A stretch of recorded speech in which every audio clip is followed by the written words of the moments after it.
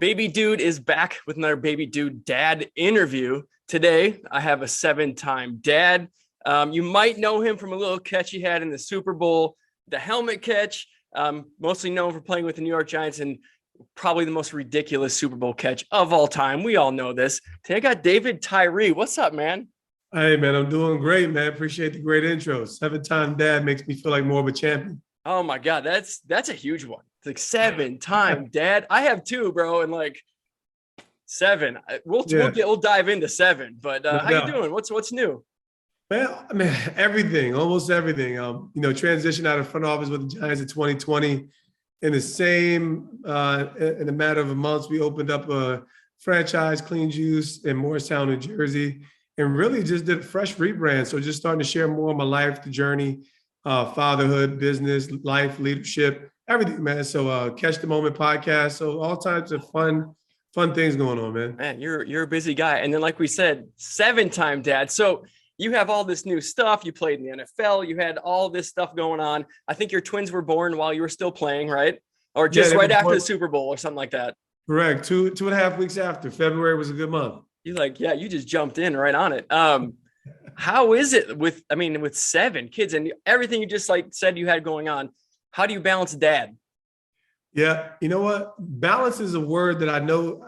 It's not just a word. It's a theme that I know we all strive for. And where I kind of do is I want to be radically obedient, meaning like I try to place my commitment as a father in the realm of my responsibility. And it's a high priority in light of my life and my responsibility. One of my themes is I'm full-time everything. I'm a full-time father. I'm a full-time husband. I'm a full-time. So wherever I am is where I'm focused on being. And hopefully if I can steward that the best that I can, then I can kind of live with a clear conscience, because 7 kids, what it helps you come to terms with is your limitations, but also your capacity to grow and love and be better. And I can't always be as present as I want to be for each and every child, but I'm committed to being present whenever I'm there. Right. That's a big one. I mean, even going to work, I know there's mom guilt, but there's also at this point, there's dad guilt too. Like, Obviously you want to be there. Like it's tough. Some days your balance is here. Some days it's got to move. Right. Yeah. So like some days, and it's kind of the theme, right? And, we could take our military as a tremendous example. Some have made the decision. Some have, there's opportunities afforded, right? They're making the necessary sacrifice for the safety of the nation. Well, fathers in turn are making sometimes necessary sacrifice for the safety of their family. And we don't need it, but we don't get the same kind of credit that, the working father is a dynamic father, right? And he might not be as available as his kids. And I've grown up in a generation that's been a little bit broken in relation to fathers. And we're seeing an emerging generation of fathers that are doing so much more. But we didn't have bad dads, because they weren't as available, maybe emotionally. It's just that we have the opportunity to be better, So I think that sometimes I try to put a sober spin on it, because, man, you know what? When you have a father and you get into this grudge match of how can I position myself to do the best I can for my family, and sometimes that requires making some of those necessary sacrifices so that they can have the opportunities that you're looking to create for them. Absolutely. So what's the age range, David? Oh man, my oldest son is 20. Okay. So my boys, Tayon is 20, Josiah is 17. My twin girls, Sophia and Hannah, they're 14.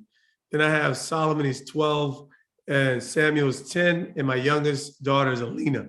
She's 8 years old. Wow. So, we're kind of feel like we're getting a little bit of a second win, but sure. Raising boys versus raising girls is one dynamic. My boys are really strong. They're bright young men, and they could be more motivated. I'll say that. That's my nice. They could be a lot more motivated. I think everybody parenting. I call it pioneer parenting in this day and age, with the role that technology plays in every kid's life. So it's a whole lot of moving pieces that there's not like this written playbook. So but it's like I said, the give backs are are never ending in relation to the rewards of being a father. And so I'm just in it for the long haul. For sure. I mean, absolutely. I have two boys, and one's 4 and one's 2. So like we're in the toddler stage, and like I know they say like whatever stage you're in, it's the hardest stage. Yeah. But they're so fun. Yeah. Like I work at a high school. I'm actually still like I just got done with work, so we're doing it here at work. Nice. So like I see teenagers. So you've been through every stage at this point. I have. Like I can't imagine social media because we didn't have that. I'm 38. Like I mean, 40. Facebook was there, MySpace or whatever. But like now it's crazy. Yep. So like navigating that, and then the age range, then now you gotta like adults now. Yeah. So like that's you're all in. I'm all in. I'm all in. I got it all happening all at the same time. So, you know, you want to walk with the young adults, the emerging adults. You want to walk with them as they're, you know, even in that pioneering phase. My son was a COVID graduate, so that presented its own challenge. He graduated high school the same year COVID hit. And it was tough. It was tough on him. It was tough on us. We were in a transition phase as well. So, you know, having the space and mercy, but of course, when you're looking for them to take a certain measure of ownership in relation to their future too. So, you know, hey, listen, we've realized that, you know, I always laugh with my son and I say, son, you know, I've never been an uncommitted father. I've never been necessarily a bad dad, but I say, son, you know, you got the worst of me. You know, I was 21 years old when we had our first kid in college. And so as much as I've been committed to doing my best for him, my best at 21 versus my best at 30 when I have my 33, when I have my youngest daughter, is a totally different experience. So, and not only has he survived us, he's gotten better along the way, and you know, we've gotten better along the way. Yeah, that's wild to think. I mean, you're a 20-year-old. You are 1 year older than him now. Can you imagine your 20-year-old having a kid right now? Like that, like I had our first kid, we were 30. My wife had our first kid. I'm gonna cut that out. I know we weren't there, but we did our part. Thank you. But I was like 33, and so like I felt ready, and even now you're still not ready. But I can't imagine 21 because 21 was fun. Like you're having fun at 21. Oh man, that's all you're thinking about, right? Yeah. And rightfully so. There's just a maturity. You know, we got all our science and all our information, and that era for us, we didn't know that our brain wasn't fully formulated till 24. You know, right, or whatever, right? So it's, you know, these are decisions that we're all making, and you know, I'm so grateful that he did come when he came, because it was the first thing that got eyes off of me, right? Let's just, you know, we can kind of be honest as we mature. We look back like, man, I was a selfish sack of rocks, right? And that's kind of part of the progression. But it was the first time that and honestly, because he was there, it created a new measure of ambition and goal setting for me that gave me aspirations toward the NFL. So if it wasn't for Tayon, I certainly don't have the opportunities that still exist today. Very cool. Yeah, absolutely. Everything's for a reason, right? Like it shapes everything that happened to you or you've done has shaped you to who you are now. So like, yeah, that's a big deal, man. As far as like playing sports, I mean, obviously you played at the highest level. You got one of the most famous catches ever, which is wow, right? Like that's a big deal. Good times. How do you, with all your kids, like how do you present sports to them? How do they feel about the catch? Like how do they view the catch? First, I need to know. Yeah, I think the cool part about kids is they keep you in the humble lane. And when I'm making the catch, my son is in kindergarten, first grade type of deal. And honestly, I'm just dad. Like that, it really doesn't process on the radar. And I would only say maybe up until the last 10 years, it's been 15 years since the helmet catch, maybe the last 7, 8 years, where I think my entire family understands the magnitude of the helmet catch. So the cool part was, you know, they were kind of there. A couple of them, you know, the boys were alive when it happened. The girls born just after. But, you know, the presence of mind for them comes along a little later. It was like, oh, Dad, you're kind of like somewhat of a big deal to some people, huh? So, you know, and honestly, my life has been within sports, even as a professional post-career, but I don't live and breathe it in my everyday. So when I come home, our faith, our foundation, the relationships that we have. We don't have a life that centers around television and sports. So I've worked in sports, I do media, I do all kind of stuff, and I do it as a job more than a lifestyle, but it's been a big part of my life. Sure. It's just like any other job. I mean, I teach and I go home. I don't go home and talk about sixth period or so yeah, you turn it off. Yeah, exactly. Yeah. And so it's definitely different within every athlete. And I think what I've tried to involve my sons in sports, and it was just about what caught for them. I think that was the whole thing. What are you interested in? And I know kind of what worked for me. I want to support their interests versus create their interests. Right. And that was my next question, like pushing in sports. Cause I've coached Little League. I now have two boys and I love sports, not at your level and playing that way, but I played through high school and did the whole thing. And there are dads that are nuts and moms too, probably, that like think their kid is the next David Tyree or the next Barry Bonds or whatever athlete you want to throw out.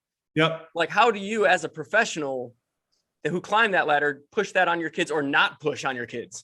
So once we embraced that, our journey and having a large family, we knew that we were going to have some limited bandwidth. Like I had to recognize, and I understood this, a coach is here to guide your skills and your interests. Meaning like you can't coach passion, right? I mean, like you can't, if you don't have the interest, the desire and the work ethic, all they're here to give you is technical skills and guidance. So even that's been my idea around sports, even with my children. So, I can't make you like this sport. And if you don't love it, then it's not even, it doesn't make sense to create all these, what it takes to see success and cultivate a path line. And it's not about all that for sports for me, but I know what it takes. Daddy knows what it takes. So if you tiptoeing through the tulips, don't worry about us going through summer hoops and camps and every other thing that it requires to really be successful, the discipline, the investment. So I think my kids, they had exposure to, early age soccer and football. My son wanted to try it when he was in 8th grade. And he didn't have it. It wasn't his thing. Cool. Let's keep it moving. It's about you. So that was really my whole goal. And I had the hope that, because I know that sports provides the internal motivation and the environment that is going to carry you on into different areas of life. So I certainly had some desire and I stuck them in wrestling because I wanted them to get some grit. It's nothing like getting slammed on your face and somebody smushing your head into a mat that might make you angry. and they got some good, a good solid base for a number of years through high school with the wrestling. And, none of it stuck for them. They were more interested in, some of the tech ideas, the prospect, everything that involves a screen, just like most young people. And that's a battlefield. So it's parenting is definitely, I think the sports provides a tremendous groundwork, but all that it takes to cultivate success, it does require their interest to really maximize. Right, for sure. And like, I guess your interests help, and not just like with sports, but like the things you're into and the way that you kind of, they see what you do. So that's what they're going to get for the most part. And yeah, that's certainly my hope. I'm like, and I think that's the way it was supposed to be in relation to a father and your children is, having the presence and them seeing the way that they can see as much as how I live my life and then hopefully they'll catch it as well, right? There's more that's caught than taught. And ultimately I can be just as interested and invested in some of the things that they're interested in. And, technology creates a venue where you're trying to protect your kids from some things and you're trying to embrace some of the, some of the skills that's available in the tech space as well. So it's, that's always going to be a little bit of a balancing act for all parents. For sure. David, what was your favorite stage, or what is your favorite stage? Because like you said, you're battling all this crap with screens and like, dude, I have a 4-year-old who's like iPad. I'm like, dude, you're 4, like calm down.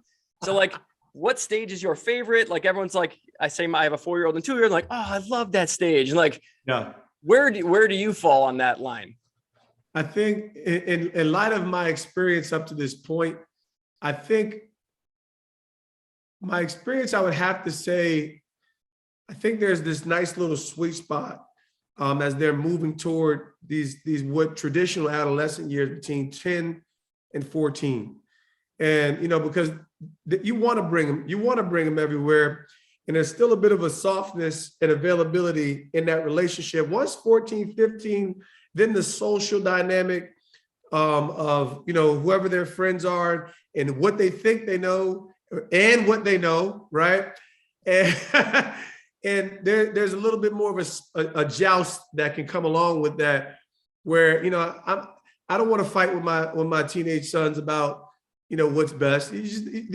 But you're trying to serve them and rule your home well in their best interest, right? And I think that's my sweet spot. I don't even know what to call it, but I think it's a fantastic, with the boys, the girls. I'm experienced both of them. My twins are 14, and the girls are they're my breath of fresh air. Boys, I expected some contention, and, everybody's trying to find their dominion, Right. Which is fantastic. And you're still trying to bring them along toward being a man. I tell people it's not about raising boys, it's actually about raising men. And, and my whole goal is to bring them to maturity as well as enjoy them. So you try to figure it out. Yeah, it's great. So I look forward to that. Good. Before the knucklehead stage really sets in, and we'll see how that goes. With 7 kids, how does Christmas shopping roll, man? Like, oh snap! So yeah, that's a lot. That's a lot of mouths to feed right there, man. That became really structured and limited. Like, I think we tried to take as much materialism out of Christmas as we could. Absolutely. And it was more about, call it, whether you want to call it the reason for the season, and so it's more about the dinner.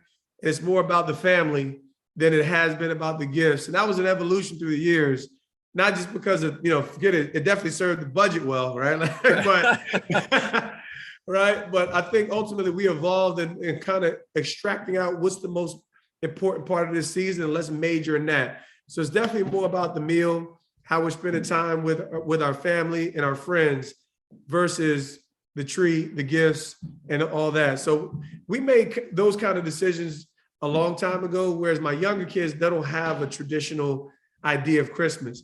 And they get some gifts more from the outsiders. They get, but it's really about what is this all about? So, I think it wasn't like a learning of lessons, but we really wanted to hit to the core of it, because there's a lot of moving pieces in the holiday season. Mm-hmm. And we really wanted to we wanted that part of the season to be about something meaningful. And so I think I probably took some L's as a dad, like I wasn't a popular dad when we made those decisions, but we'll see how it pans out. Okay. So no, that's a great, you're a breath of fresh air, man. Like, as a dad, with your faith and the way, like, you structure things, like, it awesome. Well, very good. I'll be honest. We've had a lot of intent, like a lot of intention. And I think, just because of our faith journey and loving God and really wanting to do this, for lack of better terms, under God, is like, wow, trying to depart with as much of our ideas and do our best without being, without trying to create any resentment or legalistic ideas either. So let's just do our best. And I think that was really our goal. We're going to do our best under God to raise these kids and enjoy them. And, but at the same time, have a standard where they're not dictating to us what the path is for their lives. I think, that, and like I said, it takes a lot of intention. We've been a homeschool family. My oldest son was homeschooled from 3rd grade up to his junior year. Wow. So he re-entered back in his junior year, and the rest of our kids throughout. So it's been a massive grind. My wife is the real soldier who gets all the honor, but we've been in the fire, in the furnace. And like I said, I think the biggest thing is having the vision and the foresight, but at the same time, it's not immediate. It's not, it's not an immediate return kind of deal.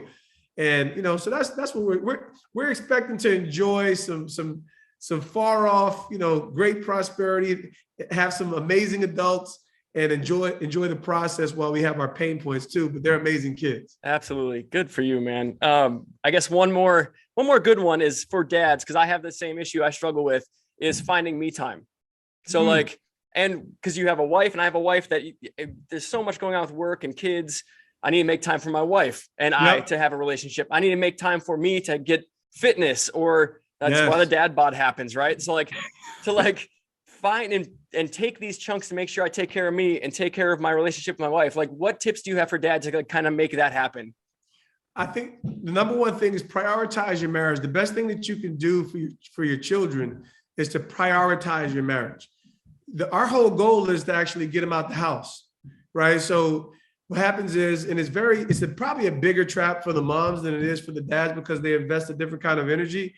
But, our whole, we have these children, they come in so pure and wonderful, and they become the centerpiece of our existence. And then they leave, and, maybe we haven't invested as much as we could into our marriage, and we got to pick up the pieces. And that's not everybody's scenario, but that's definitely happened along the way. And I think what we focused on is us and our children, because we love them and we're responsible for them. They have everything that they need and probably a little bit more. And so every gripe or complaint that our kids have really doesn't matter. So, obviously our children are starting to get older. And, there's a little bit of, squatting in. Hey, mommy and daddy, we're going out. We'll be back in a few hours. They're good. That's vital. And I think, that's one of the best things that we can do. And even from a personal individual standpoint, the health, just like you mentioned, the health, the wellness component, we got to do it. If I want to be there for my children when they're 70, unfavorably, I lost my mom when she was the same, right in the middle of our Super Bowl run. She's 59 years old, and she only met 2 out of 7 of my children. So when I think about it, sometimes I don't want to leave my home. I love my family. I don't want to leave my home to go do certain things, but I actually have to do it for them for the long haul. So man, that's a great question. I think we have to be committed to the internal self-care, to the marriage care component. And when that most people aren't thinking as intentionally in relation to their family, short and long term. They're just keeping up with the grind. And I think when you actually do that, you're far ahead of the rest. Yeah. I mean, if you have your health and wellness and all that, it's more than just get me through the day. Yep. You want to go get the day instead. That's kind of more the attacking mindset of it, I guess. But yeah, no, it's great. Great stuff, man. I know you have a book that says more than just the catch, and you definitely are much more than just that catch, man. I appreciate you so much popping on here. Such great advice for dads. If you have one tip to throw out or a funny story, like I think about the catch, right? Is there a kid that fall out of something that you caught? Is there something like that? Well, I guess this is one tip I try to give to new parents is, don't be, the funniest thing is hearing the stories from a first time parent, whether their kid had a fall, they think that the world is over. I found that these kids are the most pliable instruments that God has ever created, and meaning don't feel like your world is going to shatter at the moment that we can't control the scenario. And I just want to encourage and exhort, because I've had kids fall down hardwood steps. I've had kids fall down a high top table, dingers on the head, and I'm thinking for sure I'm the worst parent. I've had a 6-month-old fall at the crib, and I'm about to open the door here. I'm like, oh God. Yeah, he was chilling. He was cool. It's amazing. It's it's of course the shock. And I tell people more times than not, our kids are crying from shock than they are from pain or hurt or real damage. And there are some real damage situations. We get it. And so just for all my emerging parents, stay the course. Get great done. Do your best, and these children are going to work out just well. Absolutely. Well, David, again, thank you so much. I appreciate it. That's it for today. Thanks for watching, everybody. Dads are doing their thing. The dad movement keeps moving, and it's getting better and better. Dad movement is we're gaining ground. Thanks for having me, Chad. Yeah.